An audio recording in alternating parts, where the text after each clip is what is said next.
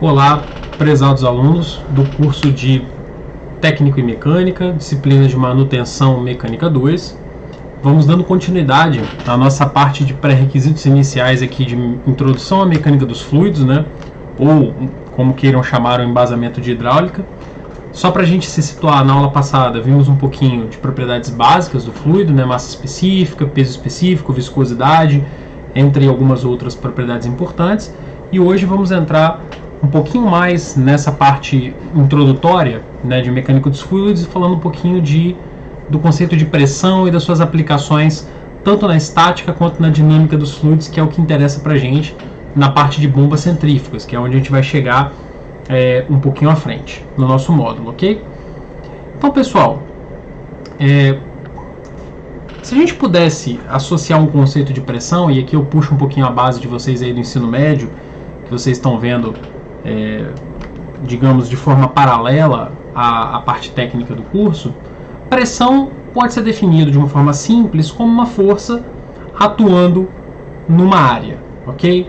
Então, quando eu tenho uma força, né, e essa força está atuando, né, numa determinada área, eu falo que eu estou exercendo uma pressão sobre aquela área, tá? E a fórmula matemática de se calcular de uma forma muito simplificada, né, o conceito de pressão seria força dividido por área, tá? Então, no sistema internacional, as unidades de pressão são dadas, né, em Pascal, que seria uma divisão de Newton, que é a unidade de força, por metro quadrado, que seria a nossa unidade de área, tá? Mas mais comumente a gente acha aí no meio industrial pressão em bar, pressão em kgf por centímetro quadrado, pressão em PSI. Então aqui eu deixo para vocês no material algumas unidades de pressão e os fatores de conversão, né? Porque muito recorrentemente na indústria a gente tem que estar convertendo pressão. Então, muito difícil você pegar um equipamento mecânico que venha, por exemplo, pressão no sistema internacional.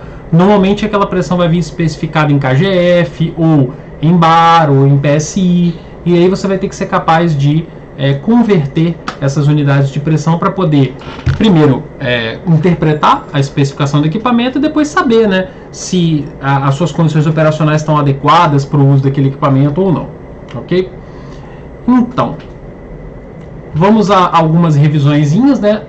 Para alguns é uma revisão, para outros é um aprendizado, então a gente vai bem devagarinho, né?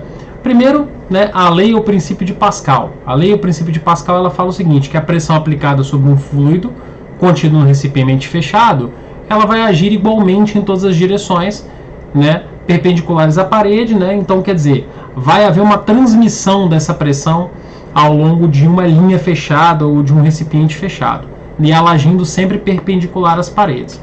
Então, um exemplo assim bem clássico, né, do princípio de Pascal ou lei de Pascal seria o elevador hidráulico, que está nessa figurinha aqui na direita, né? Você tem aqui uma carga aplicada a uma área menor, e aqui você vai ter uma área maior do lado de cá. O que acontece aqui seria o seguinte, né? Nós utilizamos no elevador hidráulico a ideia de que a pressão vai se transmitir, né, por esse fluido que está simbolizado em vermelho, do lado esquerdo do elevador até o lado direito.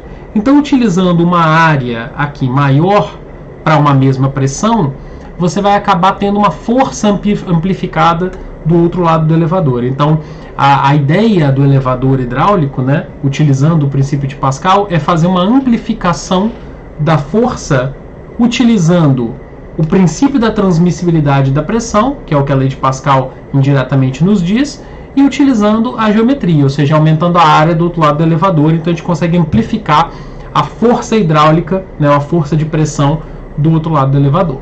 Ok? Então esse aqui é um princípio bem importante para a gente. Um outro princípio também importante a termos de revisão para a gente é o teorema ou princípio de Stevin, né? O teorema de Stevin, ele fala o seguinte, que a diferença de pressão entre dois pontos em equilíbrio é igual ao produto em equilíbrio dentro de um fluido, né? É igual ao produto do seu peso específico vezes a diferença de altura entre os dois pontos, a diferença de cota vertical entre esses dois pontos. Então vamos lá, vamos entender direitinho o que é isso aqui, ó. Pensa o seguinte, eu tenho esse recipiente aqui onde o fluido é simbolizado de cinza, eu tenho um foco aqui nessa área cinza mais clara, e eu tenho um ponto A e um ponto B, separados por uma distância de cota vertical h. Então vejamos, primeira coisa que a gente tem que deixar bem claro aqui, a pressão do ponto B é maior do que a pressão do ponto A, ok? Então a pressão ela aumenta com a profundidade em qualquer fluido. Então esse é um princípio básico, tá? Para a gente começar essa análise. Então a diferença entre PB menos PA, né, segundo o teorema ou princípio de Stevin, é dada pelo produto ρ, que é o peso específico do fluido, vezes H. Só que essa lei ela tem uma escrita mais comum, né? Como vocês devem se lembrar algumas aulas atrás, existe uma relação entre o γ, que é o peso específico do fluido, e o ρ, que é a sua massa específica, tá? Eu vou voltar aqui só para deixar mais clara essa relação, tá? É dessa relação aqui que eu estou falando, ó. É essa relação aqui. Então, normalmente nos livros de Física 2 e no ensino médio, vocês veem o princípio de Stevin escrito como ρg no lugar do γ vezes H. Então a gente fala que o peso, a pressão exercida por uma coluna hidrostática de fluido acaba sendo o produto entre ρg e H, né? Massa específica do fluido, aceleração do campo gravitacional e diferença de cota, ou simplesmente γh, como está no nosso material, né, da aula de hoje. Esse aqui. Bem, tudo bem até aqui. Então, até então, definimos pressão e vimos dois princípios importantes, né? O princípio de Pascal e o princípio de Stevin, né? O princípio de Pascal fala de como que a pressão é exercida no recipiente fechado e como que a pressão é transmitida numa linha hidráulica, e o princípio de Stevin fala para nós como calcular a pressão exercida por uma coluna de fluido, ok?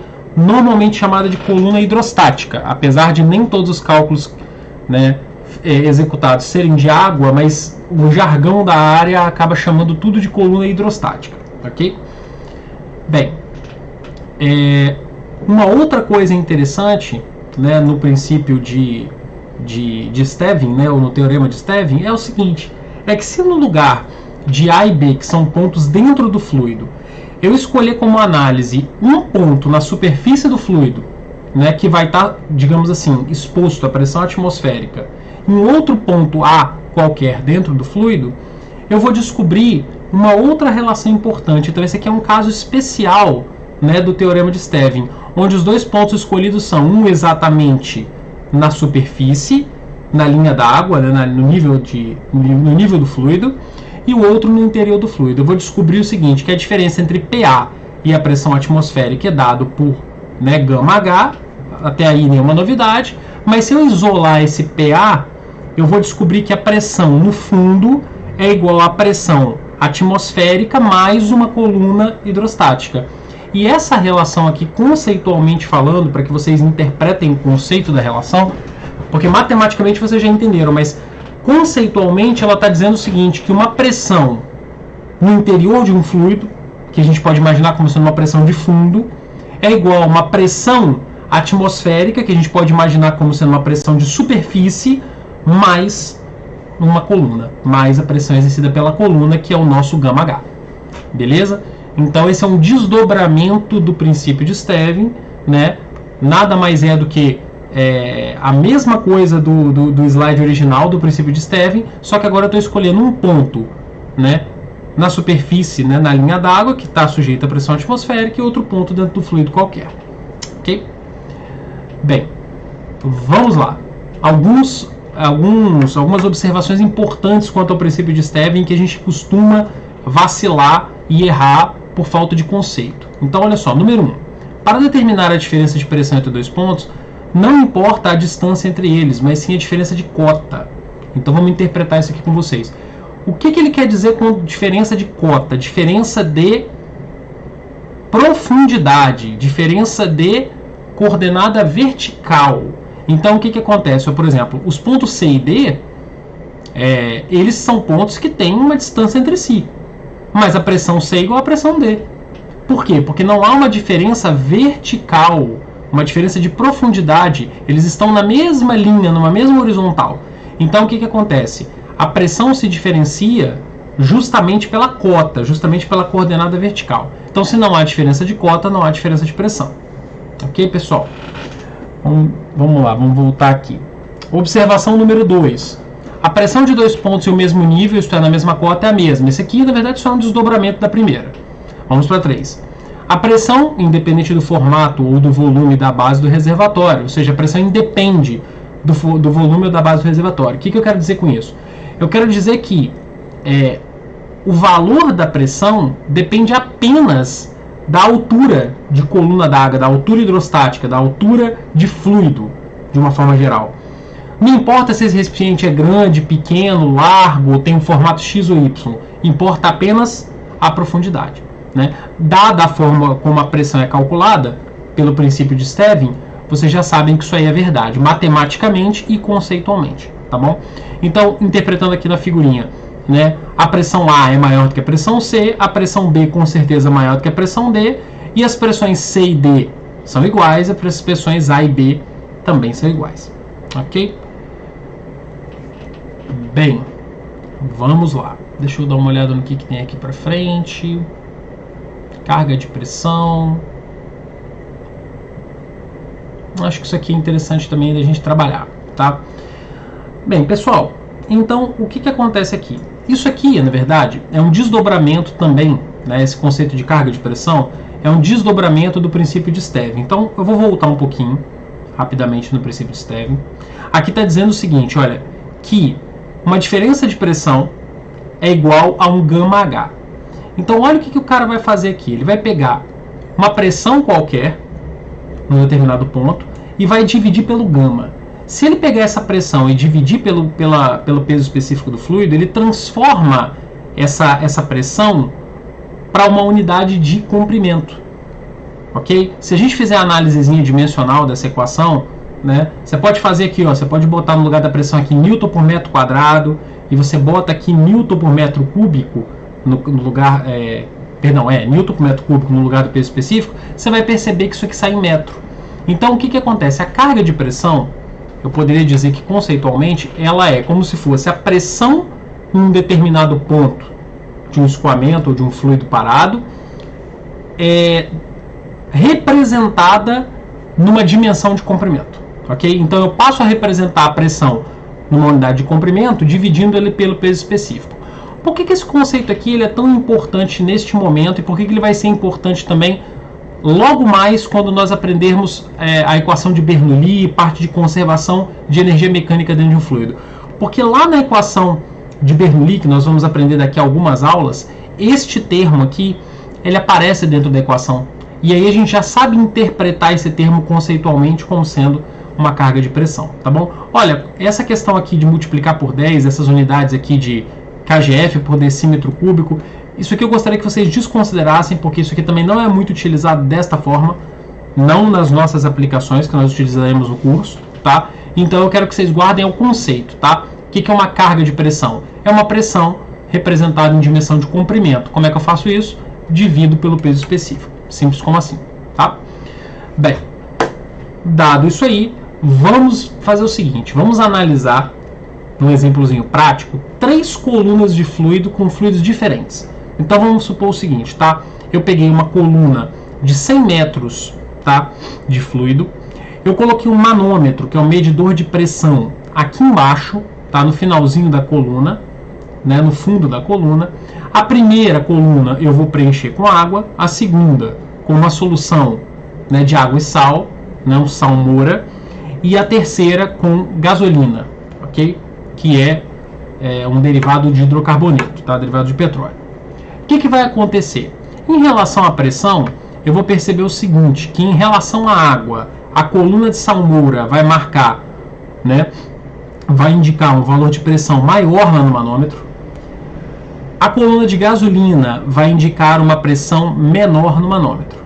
Então vejam bem, se o tamanho das colunas é o mesmo, a única coisa que pode estar acontecendo é o quê? É o peso específico desses fluidos, ou massa específica também, como vocês preferirem, estarem fazendo essa diferença aqui de pressão.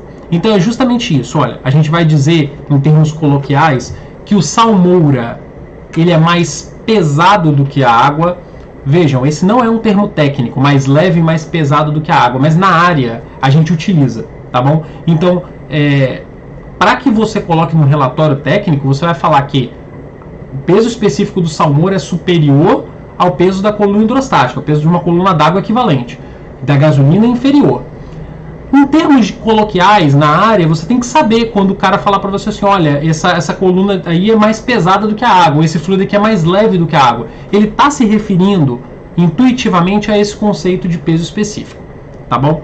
Então, isso aqui foi só para trazer uma sensibilidade para vocês que a pressão exercida por uma coluna de gasolina, ela seria cerca de 75%, né, a da água, e numa coluna de salmoura, no caso, seria 20% superior a uma coluna de água, tomando sempre a água como referência, ok? Até porque, quando a gente faz cálculo de densidade, a gente sempre toma a água como referência ao falar de fluidos líquidos, tá? Na maioria das aplicações a gente toma água como referência.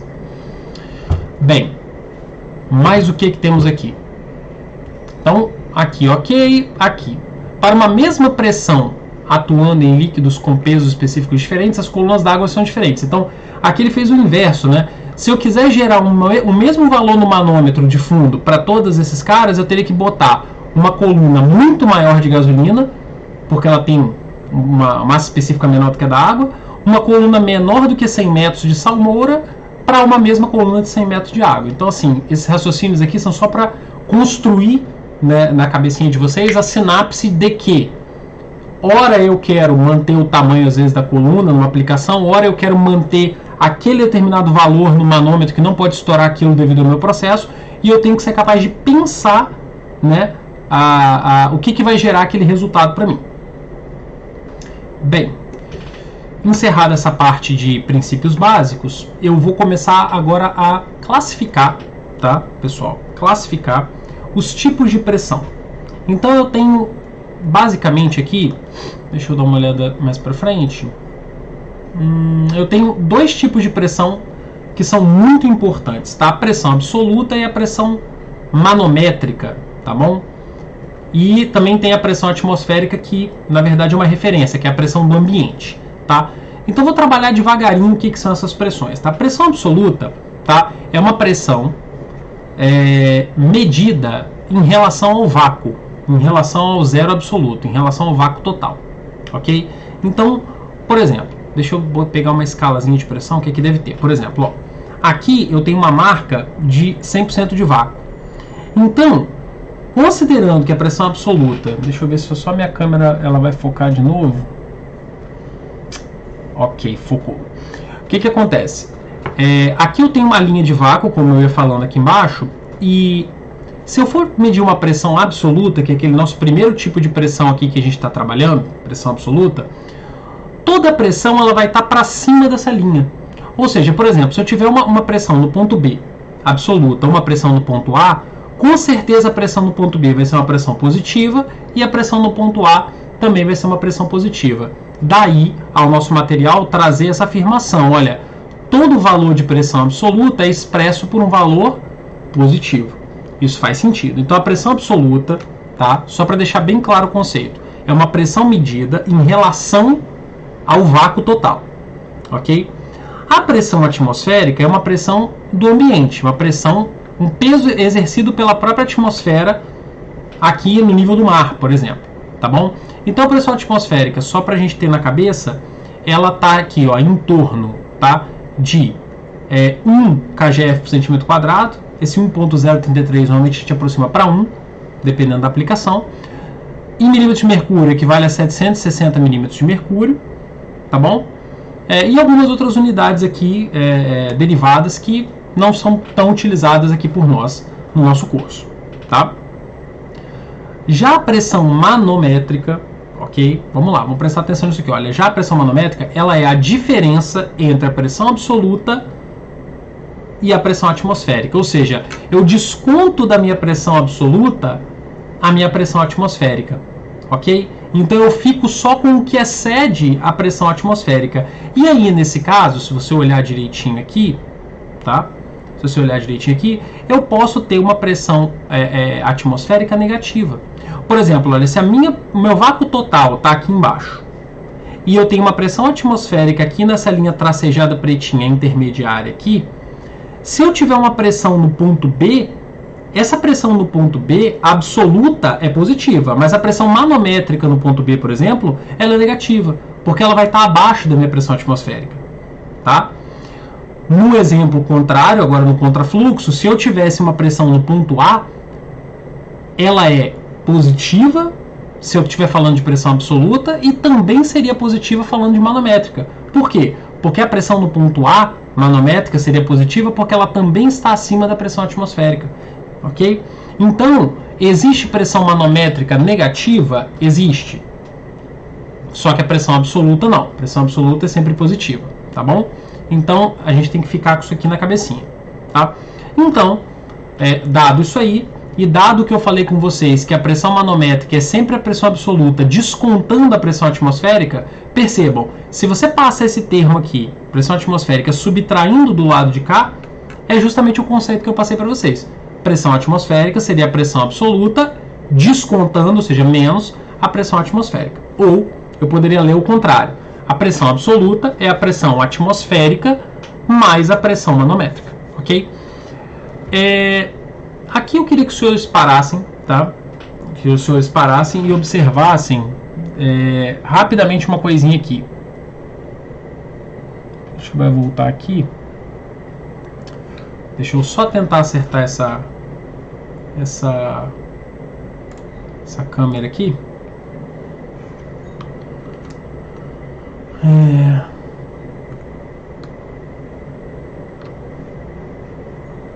Deixa eu ver se ela volta. Aí, voltou. Então, o que acontece? Aqui a gente pode reparar o seguinte também, que essa fórmula aqui, ela parece muito com o que eu falei com vocês do princípio de Stevin, lá atrás. Olha só, olha que interessante. Aqui no princípio de Stevin, ele falou o seguinte, olha, que uma pressão de fundo, eu interpretei essa fórmula com vocês como sendo o seguinte, olha, uma pressão de fundo seria a pressão atmosférica mais o peso da coluna hidrostática. Esse peso da coluna hidrostática poderia ser interpretado como uma pressão manométrica. Então, na verdade, quando eu falo pressão de fundo é igual a pressão de superfície mais o peso da coluna hidrostática, é exatamente o que está colocado aqui. Pressão absoluta pode ser interpretado como uma pressão de fundo. É a pressão atmosférica mais o peso da coluna hidrostática. Isso mais a pressão exercida pela coluna hidrostática. Beleza? Tranquilo? Deixa eu rapidamente tentar. Deixa eu ver essa animaçãozinha aqui, se ela não vai funcionar por aqui, né? Acho que na apresentação ela funciona. Pessoal, o último tipo de pressão que eu tenho para falar com vocês é a pressão de vapor, tá? A pressão de vapor de um fluido a uma determinada temperatura é aquela na qual coexistem as fases líquido e vapor. Ou seja, é aquela pressão na qual o líquido ele começa a se transformar em vapor, tá? Então, se nessa determinada temperatura a pressão for maior do que a pressão de vapor, vai haver só fase líquida. E se ela for menor do que a pressão de vapor, haverá só fase vapor. Eu vou mostrar isso aqui num gráficozinho chamado domo, tá? Esses gráficos aqui de pressão e volume, eles vêm lá da termodinâmica, tá? E aí, essa linha tracejada que a gente está apresentando aqui, essa linha curva tracejada, a gente chama de domo. Então, tudo que está dentro do domo é uma mistura, né, onde eu tenho líquido e vapor ao mesmo tempo. O que está à esquerda do domo é líquido e o que está à direita do domo é vapor. Então, o que acontece? Para cada temperaturazinha dessa aqui, ó, T0, T1, T2, T3, T4, T5, esses valores são genéricos, tá? Pode ser 100, 200, 300, 400 graus, pode ser genérico. Se você for seguindo essa linhazinha aqui, você for vendo onde ela encosta no domo tracejado aqui, esse valorzinho, esse valorzinho, esse valorzinho, esse valorzinho, essas são as pressões de vapor para cada uma dessas temperaturas. Então, se eu estou nessa temperatura aqui, se eu tenho uma pressão maior do que isso aqui, né, eu acabo caindo no estado líquido. Se eu tenho uma pressão muito menor do que aquilo ali, eu acabo caindo no estado vapor. Então, por que é importante a gente estar trabalhando esse conceitozinho de pressão de vapor? Depois eu volto nele mais para frente na aula de bombas mesmo, quando eu estiver falando de cavitação especificamente de turbomáquina. Porque esse fenômenozinho aqui vai controlar um outro fenômeno, né, que na verdade é um problema operacional nas bombas, chamada de cavitação.